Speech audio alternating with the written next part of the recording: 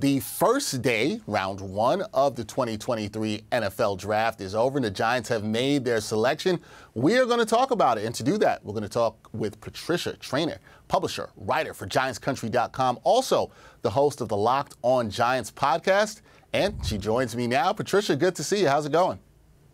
Good to see you, Dexter. Going well. I'm glad you are well. Okay, let's talk about the Giants and what they did in round one. They move up from 25 to 24 in a trade with the Jaguars, and they take a cornerback out of Maryland. His name is Deonte Banks. What did you make of this pick?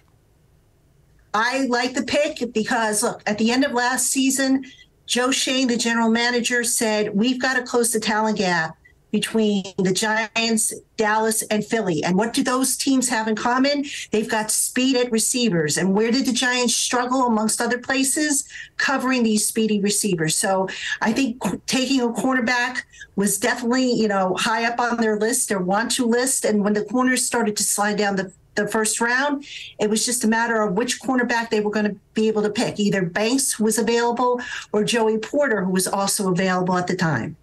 Now, one thing we'll look at is there were a ton of picks before that with the Giants where we saw a lot of receivers go off the board, and a lot of Giants fans were hoping that the team could add another receiver. Did you like the move that they made to move up from 25 to 24 to get their guy? Was that the right move?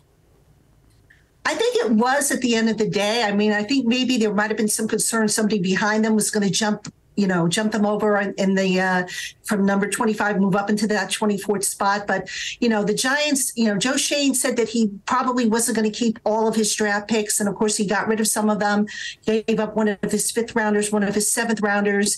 They got a position of need, a position they didn't really address in free agency heavily. And now they have, they've reinforced a very key position for them. Definitely have done that. And last thing, Patricia, what will you expect the Giants to do later in this draft? Do you still think they'll look at other needs that they need to address, including at wide receiver? What do you expect to see them do in the upcoming rounds? I think center has got to be one of the positions they draft. I mean, Daniel Jones has had a different center every year he's been in the league. So finally get yourself a center that can be the guy for the next, 5, 6, 7 years or whatever. I think receiver is definitely going to be an option at some point in the next couple of rounds. But if I had to take a guess right now, I would say probably offensive line, interior offensive line, center, and receiver. And I could also see them later on maybe taking a safety at some point. All right, Giants fans, keep your eyes on that. Also, keep your eyes on Patricia Traina. She always has you covered with the Giants and the work she does for GiantsCountry.com. Also, catch her on the Locked On Giants podcast. Patricia, so good to see you and talk some Giants football. We will talk again soon. All right, thanks, Dexter.